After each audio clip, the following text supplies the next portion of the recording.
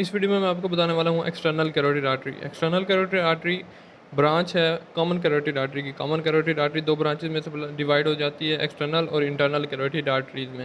External carotid artery की जो branches हैं उनके लिए निमोनिक है, उनको याद करने के लिए निमोनिक है। 8 ब्रांचेज हैं जिसमें से 6 ब्रांचेज जो हैं वो निकलती हैं नेक में, और 2 जो हैं वो टर्मिनल ब्रांचेज हैं।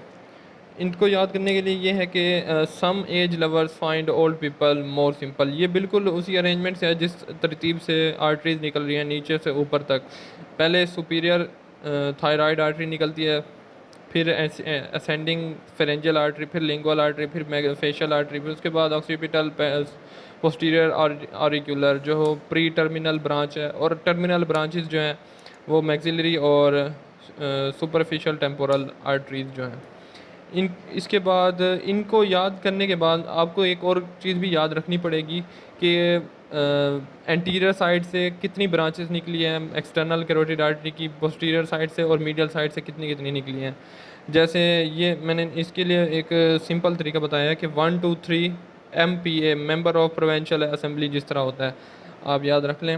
MPA मीडियल में से एक ब्रांच, पोस्टीरियर में से 2 ब्रांच और एंटीरियर साइड में से 3 ब्रांचेस निकलती हैं। इस तरह ये मतलब आपको ये बातें लाजमी याद रखनी है, क्योंकि वो बाज़ औक़ात पेपर में MCQ में काफ़ी दफ़ा और वाइवे में भी पूछ लेते हैं कि यार medial side of external carotid artery से कितनी ब्रांचेस निकलती हैं और कौन सी निकलती हैं। उनके नाम याद लाजमी रखने पड़ते हैं कि ये आपको लाजमी याद रखना है। उसके बाद आपको मैं इनका जनरल सा मतलब कोर्स बताता जाता हूँ।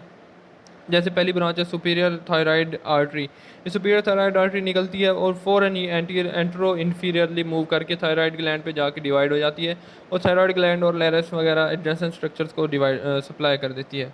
उसके बाद असेंडिंग फेरेंजियल आर्टरी निकलती है। असेंडिंग फेरेंजियल आर्टरी जैसे निकलती है असेंड करती है ऊपर की तरफ फेरेंक्स पे, और deep to the external carotid deep to the internal carotid artery होती है।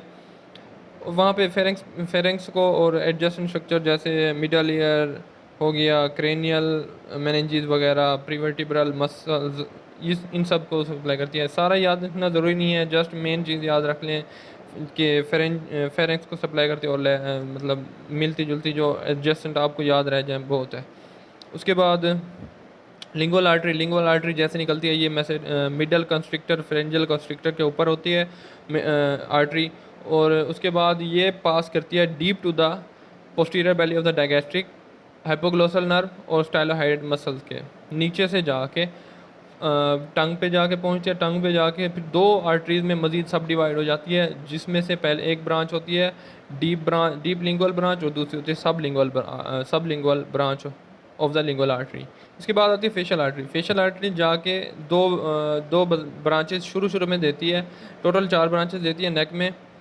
2 ब्रांचेस पहले देती है असेंडिंग पैलेटाइन और टॉन्सिलर। उसके बाद जाके मज़ीद डीप जाती है बेस ऑफ द मैंडिबल के जैसे अंदर चली जाती है deep to the base of the mandible. वहाँ पे जाके फिर ये मज़ीद 2 ब्रांचेस सप्लाई करती है, जो एक सब मैंडिबुलर ग्लैंड को और दूसरी सब मेंटल आर्टरी।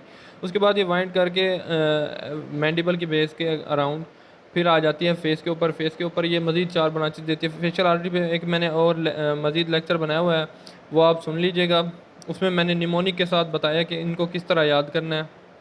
उसके बाद आ जाती है ऑसिपिटल आर्टरी निकलते ही deep to the posterior belly of the digastric चली जाती है। वहाँ पे जाके deep to the posterior belly of the digastric चली गई और superficial to the internal carotid artery. ये superficial to the internal carotid जाके पीछे जाके बैक ऑफ द स्कैल्प को posterior part of the scalp को सप्लाई कर देती है। उसके बाद आती है पोस्टीरियर आर्टिकुलर आर्टरी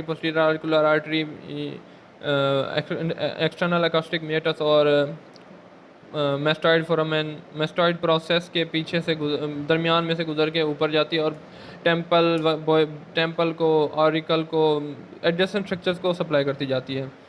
मैक्सिलरी और जो सुपरफिशियल टेम्पोरल जो है वो जाके ऊपर स्कैल्प को सप्लाई करती है और मैक्सिलरी मज़ीद जाके फेस में सप्लाई करती है।